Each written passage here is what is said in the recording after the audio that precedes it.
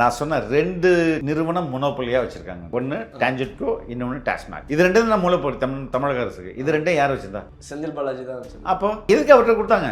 RT ஃபண்டுக்காக கொடுத்துருக்கோம். பின்ன அவர் தாங்க கரூர் கம்பெனின்னு ஒரு கம்பெனி நடத்தினாரு. 20,000 பேர் கிட்ட கரூர் கம்பெனில இருந்தாங்க. டாஸ்மாக்ல போய் அவங்க லஞ்சத்தை வாங்கணும். டாஸ்மாக் காசு கொடு, இத்தனை பாட்டில் போச்சா, இத்தனை பாட்டிலுக்கு 10 ரூபா கொடு அப்படின்னு மிரட்டி காசு வாங்கினாதான் அந்த ஊழியர்களே ப்ரொடெஸ்ட் பண்றாங்க. ஆனா அதே தான் இவரையும் ரொம்ப தியாகி, தொட்டு பார்த்தா அவ்வளவுதான் சிந்திப்பார், அவர் எவ்வளவு தியாகத்தை பண்ணியிருக்கிறாரு அப்படின்னு சொல்றாரு. எதுக்கு என்ன தியாகம் பண்ணிட்டாரு? சேர்ந்த முன்னாள் அமைச்சர் சொல்லியிருப்பாரு, போக்குவரத்து துறை, மின்சாரத்துறை ரெண்டு சேவைத்து துறைகள், இதுல லாப நஷ்டம் நீங்க பார்க்க கூடாதுன்னு அசம்பிளிலே பேசியிருக்காரு. நிறுவனங்கள்லாம் லாபத்தில் இயங்கும் போது, மற்ற ஸ்டேட்ல லாபத்தில் இயங்கும் போது அங்கேயும் லாபம் நஷ்டம் பார்க்க கூடாது தான். அவங்க எல்லாம் நல்லா இயங்கும் போது நீங்க ஏன் தப்பா இயங்குறீங்க? அவங்க there is no future for DMK for another 20 years. உங்களுக்கு எதிர்காலமே கிடையாது. எம்ஜிஆரை விட அதிகமா வாக்கு வாங்கியிருக்கு ஒரு சிங்கிள் பார்ட்டி, 35%. திமுக தன்னுடைய மொத்த கூட்டணியும் சேர்த்தாலே 26 தான் வாங்குவோம். அவங்க உங்க மேல கிட்ட குற்றச்சாட்டுங்கன்னா அதிமுகல இருந்து இணைச்சிட்டே இருக்கீங்களே. யார் என்ன எதுல இணைச்சாங்க? தாவேகால இணைக்கிறீங்களே. முன்னாள் கட்சியில யார் வேணாலும் இணையலாங்க. எடப்பாடி ஜெயலலிதாவுக்கு துரோகம் பண்ணாரா இல்லையா? எம்ஜிஆருக்கு துரோகம் பண்ணாரா இல்லையா? இந்த எலெக்ஷனுக்கு அப்புறம் அந்த துரோகத்தை பார்த்துட்டு உண்மையான அதிமுக அவர் பின்னாடி எப்படி இருப்பான்?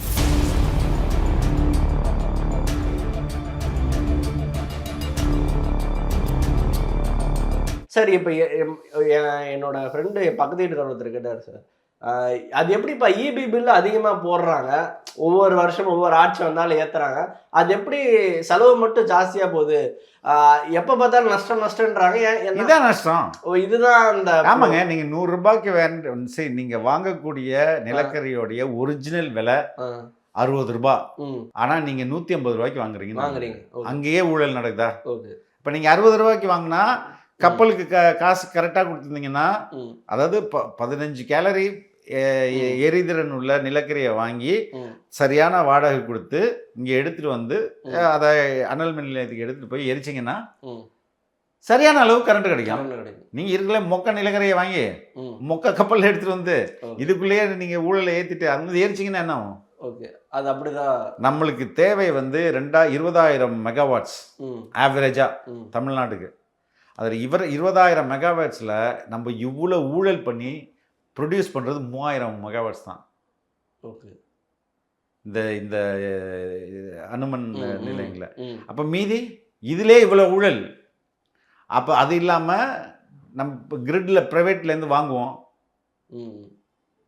சோலார் உற்பத்தி இருக்கும், இல்லை இப்போ ப்ரைவேட் பிளேயர்ஸ் மற்ற ஸ்டேட்ஸில் இருப்பாங்க, சோலார் வச்சுருப்பாங்க, இல்லைன்னா கேஸ் வச்சுருப்பாங்க.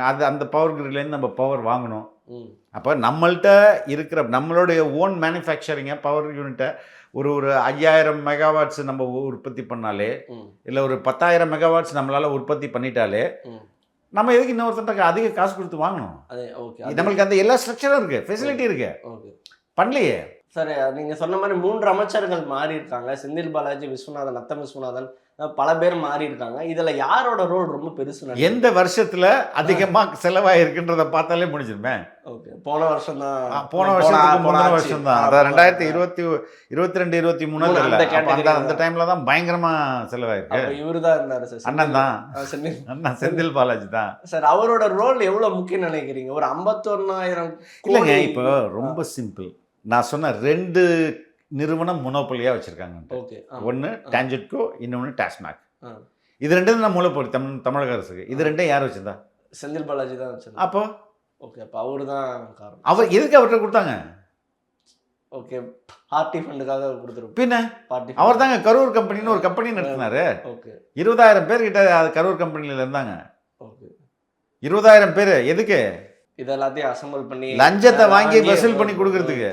அதுக்கு 20,000 பேர் டாஸ்மாக்ல போய் அவங்க லஞ்சத்தை வாங்கணும். 10 ரூபாய் கிளப்பி டாஸ்மாக் ஊழியர்களே போராட்டம் பண்ணாங்களா? கரூர் கம்பெனி எங்களை மிரட்டுதுங்க, நாங்கள் ஒரு அரசு ஊழியர். டாஸ்மாக் அரசு ஊழியர் தானே. நீங்கள் நார்மலாக யார்கிட்ட போய்ங்க லஞ்சம்? இப்போ மார்க்கெட்டில் போய் ரவுடி கலெக்ட் பண்ணுவாங்க, காசு கொடு அப்படின்னு சொல்லிட்டு. கடைக்காரங்கள்ட்ட போய் சில கட்சிக்காரங்க மிரட்டி காசு வாங்குவாங்க. யார்? ப்ரைவேட் கடைக்காரன்ட்ட. நீங்கள் போய் ஸ்கூலில் அதை காசு கொடு அப்படின்னு ஒரு ரவுடி மிரட்டினான்னா அது எப்படியோ அதே மாதிரி அவரும் ஒரு அரசு ஊழியர் தானே. டாஸ்மாக் காசு கொடு, இத்தனை பாட்டில் போச்சா, இத்தனை பாட்டில் போயிருக்கு, இத்தனை பாட்டிலுக்கு 10 ரூபா கொடு அப்படின்னு மிரட்டி காசு வாங்கினா தான் அந்த ஊழியர்களே ப்ரொடெஸ்ட் பண்ணுறாங்க. அப்போ இதெல்லாம் எதுக்கு சார்? இன்னொரு விஷயம் எனக்கு ரொம்ப ஷாக்கிங்காக இருந்தது. ஆனால் அதே தான் இவரையும் ரொம்ப தியாகி, தொட்டு பார்த்தா அவ்வளோதான் சிந்திப்பார், அவர் எவ்வளோ தியாகத்தை பண்ணியிருக்கிறாரு அப்படின்னு சொல்கிறாரு. எதுக்கு என்ன தியாகம் பண்ணிட்டாரு? அப்போ காசு எங்கேயோ போயிருக்கு, இவர் நல்லா வசூல் பண்ணி கொடுத்துருக்காரு. இன்னும் பல கேள்விகள் இருக்குது செந்தில் பாலாஜியை பற்றி. எனக்கு பர்சனலாக ஆச்சரியமாக இருந்தது, போன ஆட்சியில் 343 பேர் தான் வேலைக்கே எடுத்திருக்காங்க அப்படின்றாரு. எனக்கு ரொம்ப ஷாக்கிங்காக இருந்தது. ஏன்னா ஒரு கம்பெனியே, ஒரு சேனலே பல பேரை வேலைக்கு எடுக்கிறாங்க. உள்ளே வருவாங்க போவாங்க, அது நார்மலாக இருக்கிறதா. ஆனால் வேலைக்கு எடுக்க நிறைய பேர் எடுப்பாங்க. ஒரு அரசு நிறுவனம் 5 வருஷத்துல எப்படி 343 பேர் தான் வேலைக்கு எடுத்திருப்பாங்க? இன்னைக்கு அரை மணி நேரத்தில் ஒரு 15,000 பேரை வேலைக்கு எடுக்கணும்னு சொல்லியிருக்காங்க. இது எவ்வளோ 20,000 பேர் எடுக்கணும்னு சொல்லியிருக்காங்க. இது எவ்வளோ பெரிய ஷாக்கிங்காக இருந்துச்சு. ஒரு 5 வருஷம் ஆச்சு, வெறும் 343 பேர்னா அது எப்படி பார்க்குறது சார்? அப்போ இந்த டிபார்ட்மெண்ட்டை எவ்வளோதுக்கு பயன்படுத்தியிருக்காங்கன்றது நமக்கு க்ளீனாக தெரியுது. காசு அடிக்கிறதுக்காக 2 மெயின் டிபார்ட்மெண்ட்டுங்க. ஒன்று வந்து டான்ஜெட்கோ, இன்னும் வந்து டாஸ்மாக், அதுக்கு 3வது கனிம வளம். அதெல்லாம் வந்து மற்ற சீனியருக்கு எப்படியே பிரிச்சுறாங்க. அவங்க நிறைய அடிச்சுட்டு கொஞ்சம் கொடுப்பாங்க. அதுக்கப்புறம் வந்து நம்ம சிஎம்டிஏ, இங்கே எங்கெல்லாம் பத்திரப்பதிவு, எங்கெல்லாம் பணம் அதிகமாக அடிக்க முடியுமோ அங்கே எல்லாம் வந்து அவங்களுக்கு லாயலான ஆளை போட்டிருக்காங்க. இது நம்மளுக்கு க்ளீனாக தெரியுது. சார் அதே மாதிரி திமுக சேர்ந்த முன்னாள் அமைச்சர் சொல்லியிருப்பாரு, போக்குவரத்து துறை, மின்சாரத்துறை 2 சேவைத்து துறைகள், இதுல லாப நஷ்டம் நீங்க பார்க்க கூடாதுன்னு அசம்பிளிலே பேசியிருக்காரு. சிவசங்கர் நினைக்கிறேன், முன்னாள் அமைச்சர் சிவசங்கர் பேசியிருக்காரு. இது எப்படி பாக்குறீங்க? ரைட்டு, மற்ற நிறுவனங்கள்லாம் வந்து லாபத்தில் இயங்கும் போது, மற்ற ஸ்டேட்ல லாபத்தில் இயங்கும் போது அங்கேயும் லாப நஷ்டம் பார்க்கக்கூடாது தான். அவங்க எல்லாம் நல்லா இயங்கும் போது நீங்க ஏன் தப்பா இயங்குறீங்க? இல்லை, இது சேவை தான். ரைட்டு, சேவை, நான் தப்புன்னு சொல்ல வரல, நான் சேவை தான். அவன் நல்லா பண்ணுறானே சேவை, உங்களை விட விலை கம்மியாக தரானே.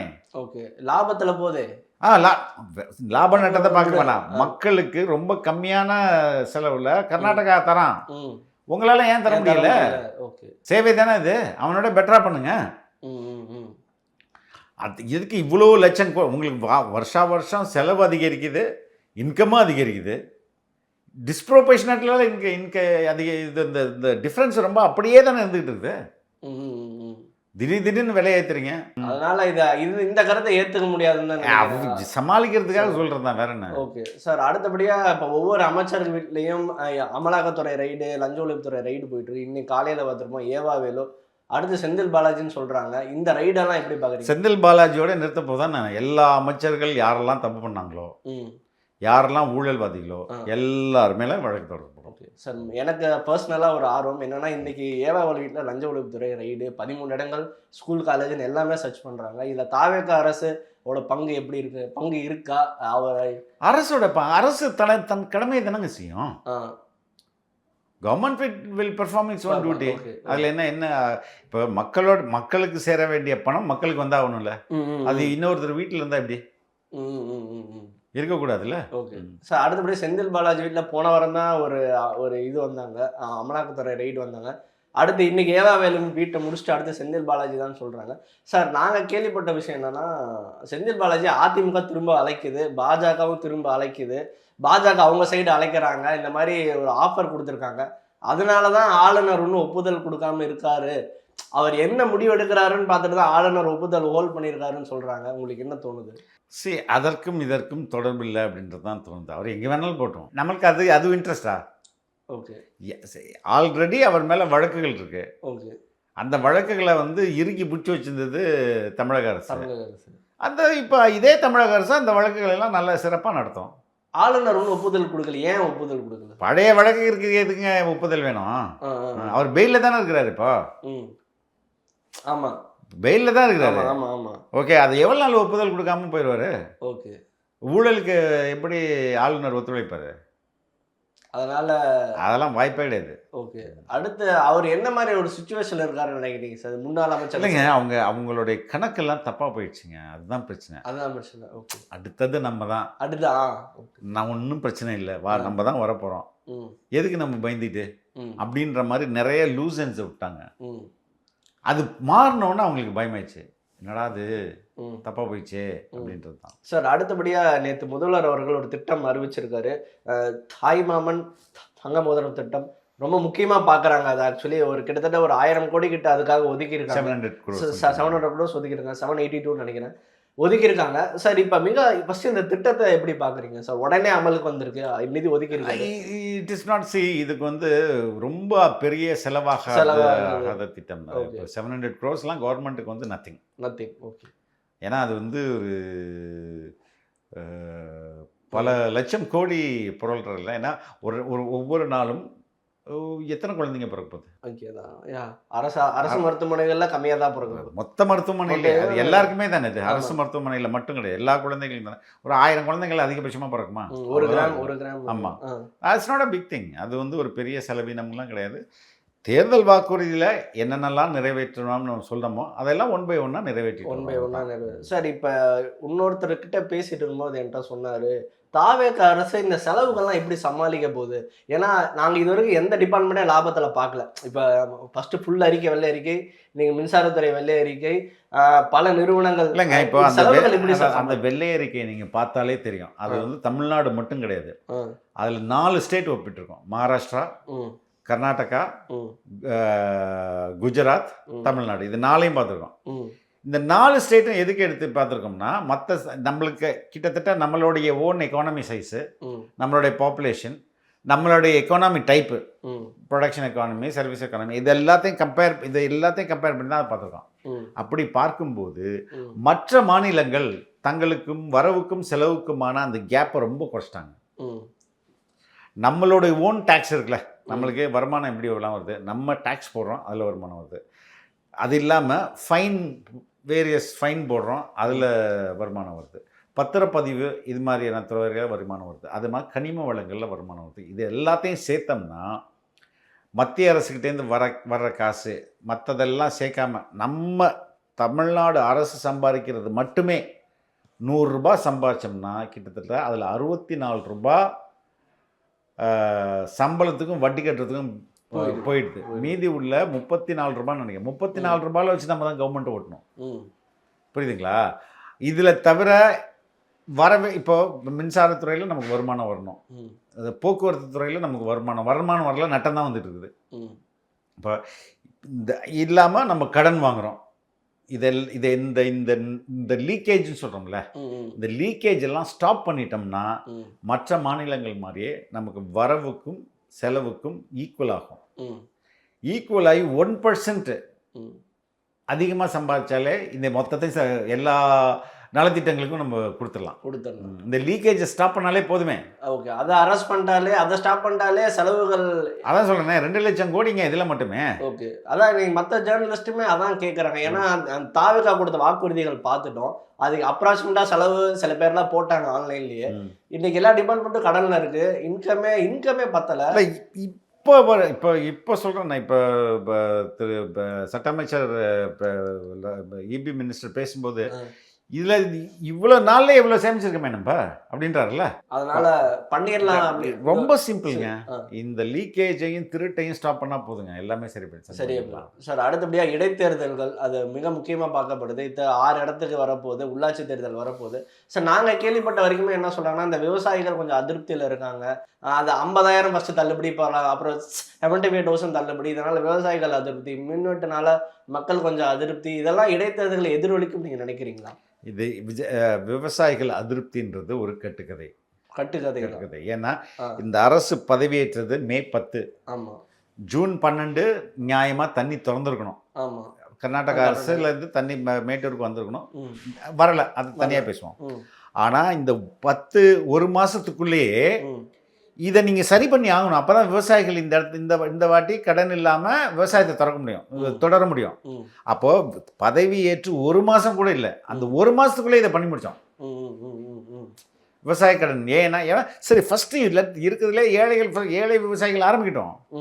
அடுத்த வருஷத்தில் நம்ம வந்து இது அடுத்த வருஷத்துக்கு முன்பே சொன்ன மாதிரி மற்ற விவசாயிகளுக்கு என்ன சொன்னோமோ அதை செஞ்சுருவோம்.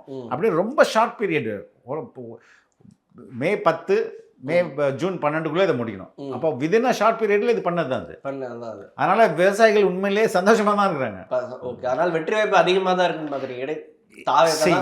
இனி இங்கு தாவேகாவுக்கு எதிரிகளே கிடையாது. அடுத்த 20 ஆண்டுகள் தாவேக்கா தான். சார் அதே மாதிரி இன்னைக்கு பிரஸ் மீடியா எப்படி பார்க்குறீங்க? ஏன்னா நான் நோட் பண்ண விஷயம், நான் அசம்பிளி 3 நாளுமே உட்காந்து பார்த்தேன். அசம்பிளி முடிச்சுட்டு வெளியே வராங்க, தாவேக்கா அமைச்சர்கள் வெளியே வராங்க, உதயநிதியும் வராரு.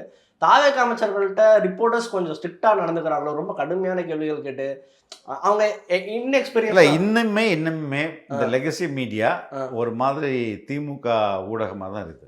இன்னுமே சார் நீங்க ஆட்சியிலே நான் டெய்லி டிபேட்டுக்குலாம் போறேன்ல, அப்ப எனக்கு தெரியுதுல்ல, அது பார்த்துட்டு தான் அதை ஃபீல் பண்ணிட்டு தான் இருக்கு. ஆமா, உதயநிதி வராரு, எதிர்கட்சி அப்கோர்ஸ் அவங்க ஆட்சியில் இல்லை, கேள்வி கேட்க முடியாது. பட் ஆனா தாவேக்கா அமைச்சர்கள்ட்ட ரொம்ப ரொம்ப கடுமையா கேள்விகளுக்கு அவங்களுக்கு தோணுது. அப்படி கேட்கறாங்கல்ல, அவங்க அனுபவமின்மையா இவங்க டார்கெட். அப்படி இல்லை, அப்படி இல்லை. அங்கே அனுபவமின்மையெல்லாம் யாரும் சொல்ல முடியாது. எல்லாருமே they are very good in handling press. Okay, I mean கொஞ்சம் நாங்க பாக்குற வரைக்குமே அவங்கள கொஞ்சம் டார்கெட் பண்ணி கொஞ்சம் கிராஸ் கொஸ்டின் அது அப்படி பண்ணுவாங்க தான். சரி, இன்னைக்கு இருக்கக்கூடிய இந்த 20லேருந்து 30 வயதுக்குரிய வாக்காளர்களை பிடிக்க திமுக ரொம்ப முயற்சி பண்றாங்க. அங்கங்கே கூட்டங்கள் போடுறாங்க. இன்னைக்கு காலேஜ் பசங்கள்ல இருந்தே அந்த ஓட்டை நம்ம கன்வெர்ட் பண்ணிடலாம் அப்படின்னு ட்ரை பண்றாங்க. பல காமெடிகள் நடக்குது. அவங்களே நாங்க கொத்தடிமை தான் அப்படின்லாம் சொல்றாங்க. ஸோ இன்னும் அந்த முயற்சி இன்னும் தீவிரமாயிட்டே இருக்கு. கூட்டங்கள் ஆர்கனைஸ் பண்றாங்க.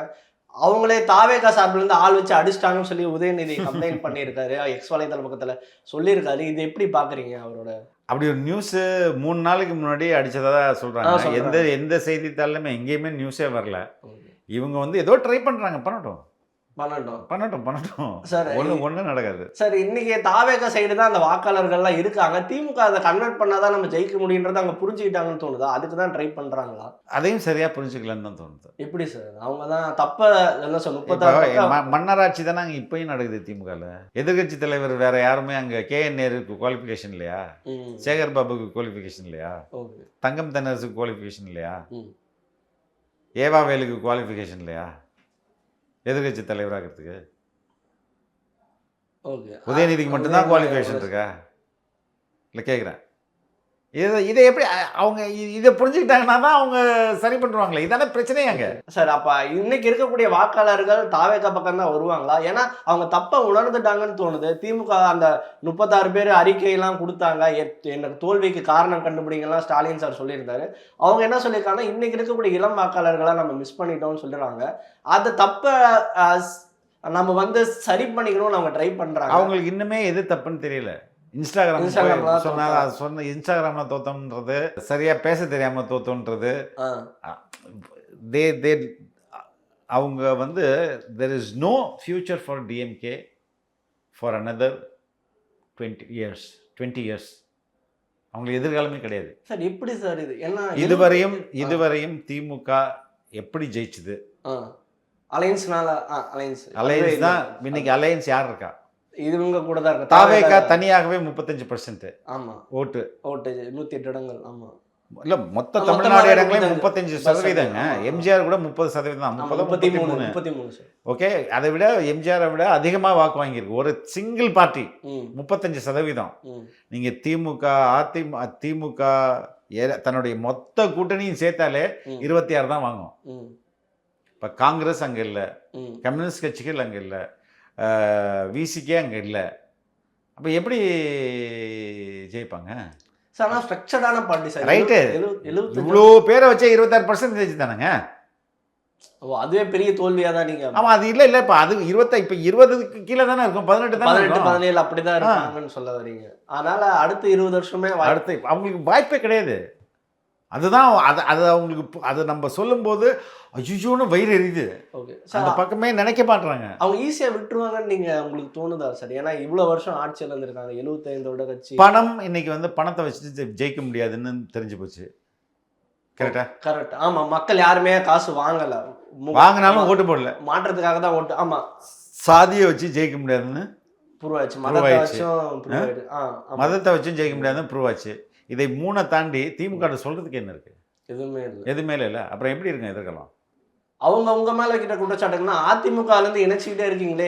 யார் என்ன எதுல இணைச்சாங்க? ஐ மீன் தாவேகால இணைக்கிறீங்களே. முன்னாள் கட்சியில யார் வேணாலும் இணையலாங்க. ஓ, ஓகே. கட்சின்றதுல யார் வேணாலும் இணையலாம். ஓகே, அது இணையக்கூடாதுன்னு எப்படி சொல்ல முடியும்? ஓகே, அதனால இணைப்பை நல்ல விதமா தான் பார்க்குறீங்க. நீங்க வந்து அவர்களுக்கு நீங்க கட்சி பதவி கொடுக்குதா? அதான முக்கியம். ஓகே, அதுதான் அந்த இப்போ திமுக எடப்பாடி ஜெயலலிதாவுக்கு துரோகம் பண்ணாரா இல்லையா, எம்ஜிஆருக்கு துரோகம் பண்ணாரா இல்லையா இந்த எலெக்ஷனுக்கு அப்புறம்? ஆமா ஆமா. அந்த துரோகத்தை பார்த்துட்டு உண்மையான அதிமுககாரன் அவர் பின்னாடி எப்படி இருப்பான்? அதனால எதற்காக ஏடிஎம்கே தொடங்குச்சு? யாரை எதிர்க்கதான், திமுக எதிர்ப்பு தான். அப்ப திமுகவும் பாஜகவும் அதிமுகவும் ஒன்னா சேர்ந்து ஆட்சி அமைக்கணும்னா ஒரு சாதாரண ஜெயலலிதா விசுவாசிக்கும் எம்ஜிஆர் விசுவாசிக்கும் அதிமுக பற்றாளனுக்கும் கோபம் வருமா வராதா? அந்த கோபம் வந்து ஆமா, இது பெரிய துரோகம் இல்லைங்க. கண்டிப்பா கண்டிப்பா. அதனால அந்த இணைப்பு நல்ல விதமா தான் இல்ல, அதனால அவங்க பிடிக்காது இல்ல, என்னடா இவ்வளோ பெரிய துரோகியா இருக்கான் அப்படின்னு நினைப்பாங்கல்ல. அவங்க திமுக என்ன சொல்றாங்கன்னா, அவங்கள விடுங்க, ஏன் இணைக்கிறீங்க? ஏன்னா முன்னாள் அமைச்சர்கள் கடம்பூர் ராஜு. ஆமாங்க, அவருக்கு பிடிக்கல இந்த கட்சியில இனிமே இருக்க வேணாம், இவர் துரோகி அப்படின்னு நினைக்கிறாங்க. அல்ல, ஊழல் பண்ணாங்க, நீங்க இணைக்காதீங்க, வேணான்னு சொல்லுங்க. ஏங்க கட்சியில தானே வந்து சேர்றாரு, அவர் என்ன அமைச்சராக்குனாங்களா இல்ல எம்எல்ஏ போஸ்டிங் கொடுத்தாங்களா? ஸோ அதனால இது தவறு இல்லை.